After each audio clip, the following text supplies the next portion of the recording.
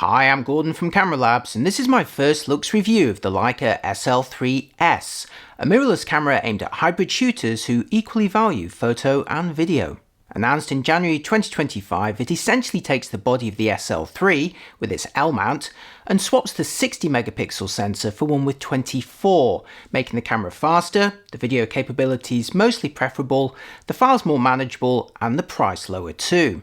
It's an approach shared by the earlier SL2 and SL2S, with the latter model not only being more suitable for hybrid shooters, but providing a more affordable means to access what was then the latest Leica L-mount body. But affordability is relative, and we are talking about Leica here. The latest SL3S may only cost 3/4 the price of the original SL3, but that still makes it £4,500 versus £6,000.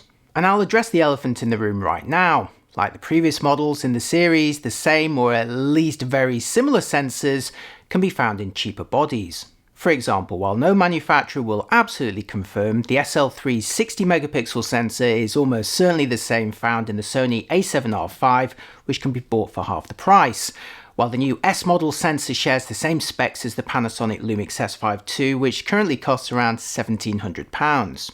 But a camera is more than the sensor alone. Leica couples them with their own Maestro 4 image processor and packages them in a unique body that's made in Germany and stamped with their aspirational branding. And now the SL3S allows you to enjoy the SL3's body in a cheaper version. Whether that's still worth spending almost £3,000 more than an S5 II is up to you, but in this video I'll show you what you'll get. Now at first glance, the SL3S shares the same body as the previous SL3, albeit now with the main logo in black rather than white, similarly for the engraved label atop the flash hot shoe. I realise the same approach was used for the previous SL2S, but I'm not sure if Leica owners prefer discretion or wearing their brand with pride. What do you think? There's still the red Leica badge on the front though. Like the SL3, the full metal housing is built like a brick, feeling incredibly solid and exuding confidence in your hands. Sure, at 862 grams including battery, it's among the heavier full-frame bodies out there, but there's little that looks or feels like this. And unlike most manufacturers, Leica also gives it an IP54 rating, meaning it's sealed from water splashes in any direction, albeit not constant running water. Looking around the body, you'll also be struck by the absence of labelling, not to mention far fewer buttons than most rivals. There's an understated sense of simplicity here that's quite refreshing, and pretty much every control is customizable. There's 3 control wheels, one on the top left, one on the top right, and a third for your thumb that's embedded within the body. All are large, chunky, and provide satisfyingly clicky feedback when turned.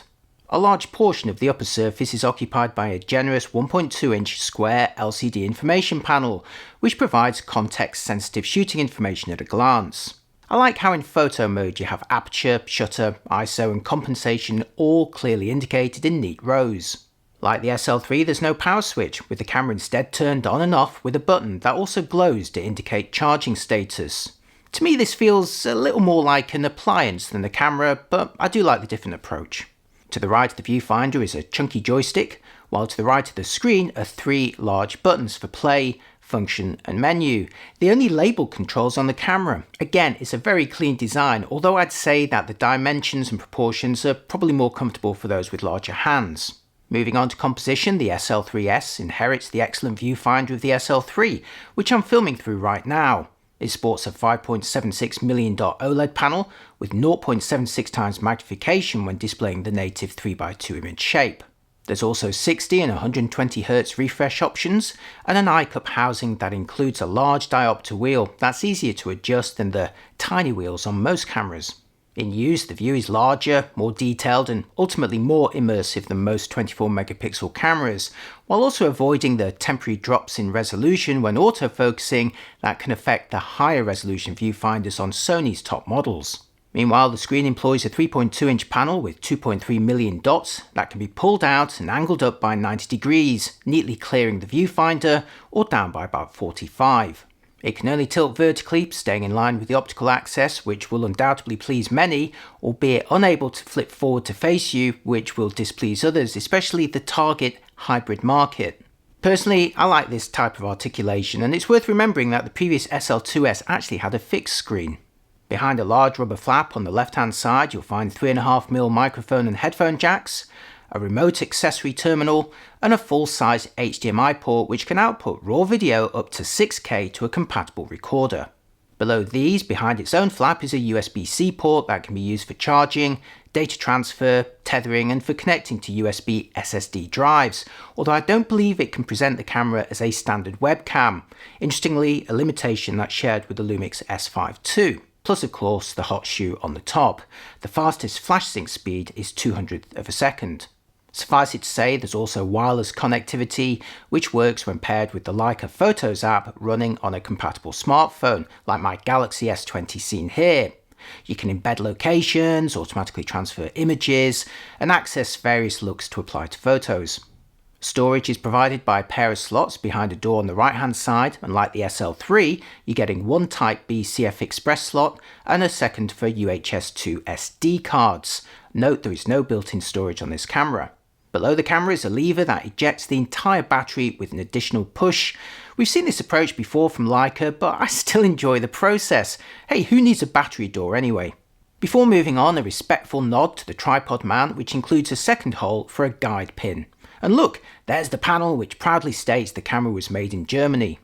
Moving on to the sensor, the SL3-S employs a full-frame 24-megapixel BSI CMOS, which as noted earlier shares essentially the same photo, video and burst specifications as the Lumix S5 II. The camera also sports IBIS, shifting the sensor in 5 axes to deliver up to 5 stops of compensation with unstabilized lenses. There's no mention of working alongside optical IS on certain lenses to deliver enhanced stabilization though.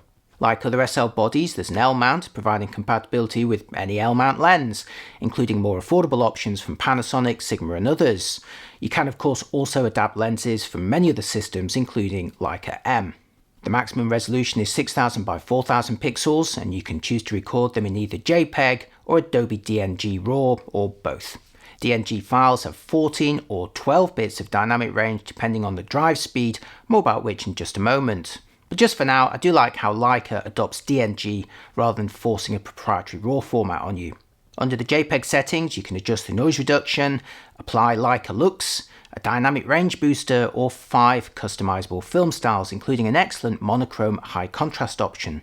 There's also the choice of 6 different cropped aspect ratios, although no lower resolution modes available unless you shoot in the cropped APS-C mode, at which point the native resolution becomes 10.3 megapixels for both JPEG and DNG RAW.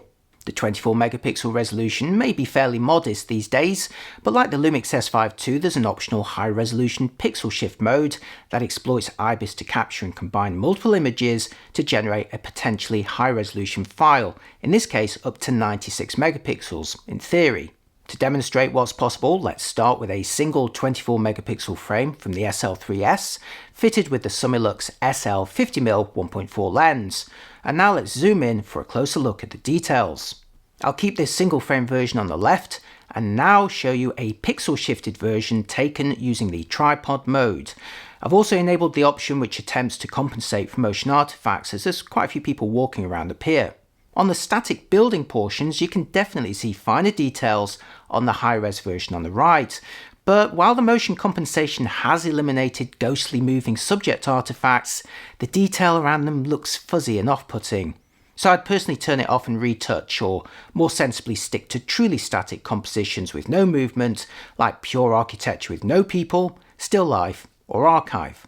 On the plus side though, like Panasonic, I'm glad Leica are generating the composite file in camera rather than forcing you to identify and assemble the frames in software later, like Sony. Moving on to exposures, the SL3-S keeps things simple with just the 4 traditional modes: program, manual, aperture priority, or shutter priority. You can directly dial in shutter speeds as long as 30 minutes, or select bulb for longer still. While at the other end, the fastest shutter speed is up to 8,000th of a second using the mechanical shutter, or up to 16,000th when using the electronic shutter or the hybrid mode, which switches between them. There's exposure bracketing in 3 or 5 frames and a built-in interval timer, but no multiple exposure or focus bracketing options, at least that I could find. For autofocus, the SL3S employs a hybrid system with contrast and phase detect technologies at its disposal. You can see it refocusing between the bottle and background in the spot AF area here, using the Summilux SL50mm 1.4, wide open of course. You can also choose multi-field, smaller field, zone and object tracking options, as well as choosing eye, face and body detection for humans, or animal detection, which was labelled as beta on my model. Object tracking allows you to place a white box over the desired subject, after which holding a half press on the shutter should follow it around the frame. It worked pretty well with objects that were a different colour from the background. Like Panasonic, the human mode places frames around multiple figures, switching to faces or eyes on those who are close enough, while arrows on either side of the boxes allow you to switch between the targets using the joystick or the touch screen. It works really well for quickly selecting the desired person wherever they are on the frame. In my test, the animal detection successfully surrounded most dogs and birds with AF frames, at least when sufficiently close, but it didn't indicate their eyes and I didn't get to try it out with other creatures. Sorry. Now, burst shooting represents one of the biggest differences over the original SL3, which could shoot up to 7 frames per second using the mechanical shutter or up to 15 with the electronic. But the big downside to the SL3 though was only allowing autofocus in bursts up to 5 frames per second, which always felt a bit odd considering the Sony a7R5 could do that twice as fast. Anyway, the SL3S may share the same 7 frames per second mechanical shutter as the SL3, but can now shoot up to 15 or even 30 frames per second with its electronic shutter and crucially supports AF at all those speeds. This makes it up to 6 times faster than the SL3 if you need autofocus, although raw shooters should note that 14-bit dynamic range is only supported up to 5 frames per second, and that reduces to 12-bit from 7 frames per second onwards. Right, let's see how it all comes together in practice. For these bursts on the Brighton seafront, I fitted the SL3S with the Lumix S 70-200mm f4 Pro Zoom, mostly at 200mm f4, here in manual mode with auto ISO. I used the animal AF mode and selected the fastest 30 frames per second burst speeds, which employed the electronic shutter. As you can see, the SL3S does a good job at recognising the birds in flight and keeping most of them focused throughout most of the bursts, while delivering a lot of frames to choose from at 30 frames per second. But like the Lumix S5 II, this is not a stacked sensor, so you should be aware of potential skewing when swinging the camera around.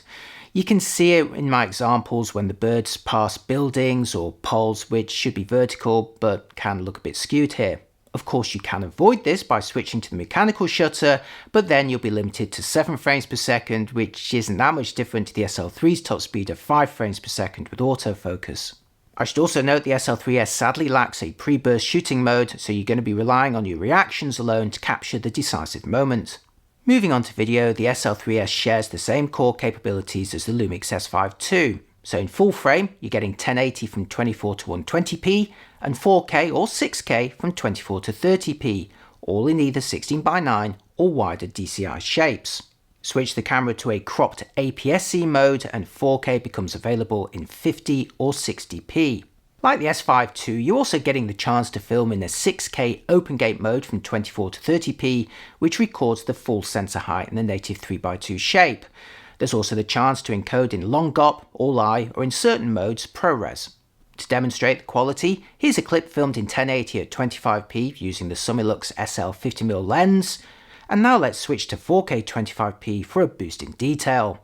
Next for the 6K open gate mode, which looks essentially the same on my 4K timeline here, but it does have the benefit of having slightly higher resolution, allowing you to zoom in by around 1.5 times while maintaining 4K quality. More importantly though, thanks to having a taller frame to start with, open gate gives you greater flexibility in repurposing clips for multiple platforms. For example, on the left I've cropped the frame vertically to deliver a wide 16:9 frame, while on the right I've cropped it horizontally to deliver a tall 9:16 portrait shape for phones. So while the original SL3 does have the benefit of 8K that's lacking here, I'm happy to swap it for the greater all-round flexibility of 6K open gate. The SL3S also shares the same autofocus subject modes including object tracking, human body, face and eye detection, and the animal mode again labelled as beta. You're looking at a basic single area here with the Summilux SL50 at f1.4.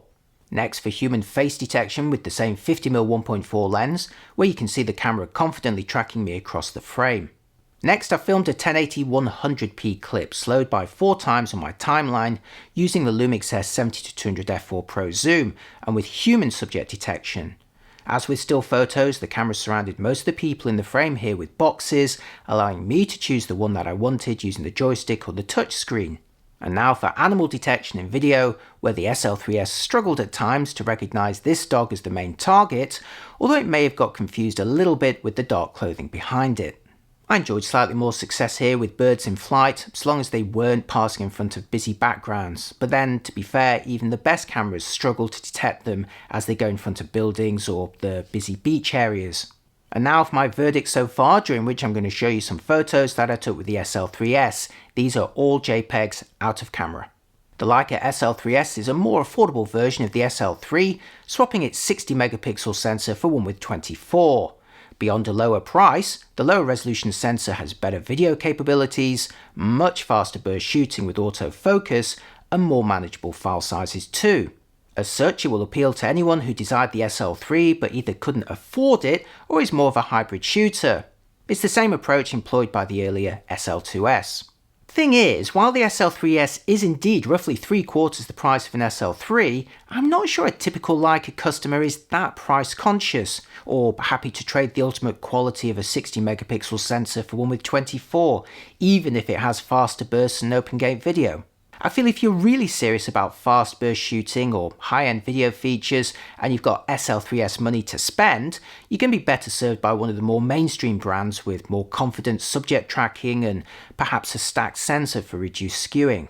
Then there's the usual caveat that, like many Leica cameras, you can almost certainly find the same sensor in a much cheaper body. As usual, no one will confirm for sure, but the SL3-S sensor specs do look a lot like the Lumix S5 II to me. If you're looking for this level of burst and video performance at the lowest cost, Panasonic has you covered.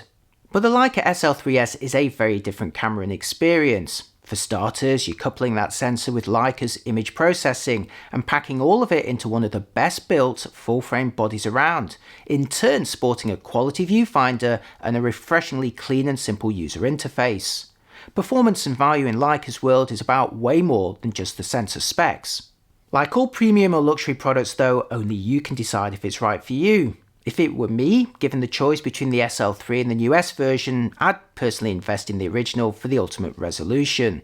But equally, Leica wouldn't make the S versions if there wasn't demand for them, so I'd love to hear from anyone in the Venn diagram where fast bursts, hybrid shooting and Leica quality all overlap. One thing's for certain though, the SL3-S will give you the SL3 body experience at a lower price point, and that alone could do it for you. Which brings me to the end of this first looks review. If you found it useful, please do consider giving it a like and my channel a follow, also remembering to click that notification bell. And if you're interested in the SL3-S or SL3, I've got links in the description for the latest pricing. Thanks as always for watching, let me know what you think in the comments, and I'll see you next time. Bye bye.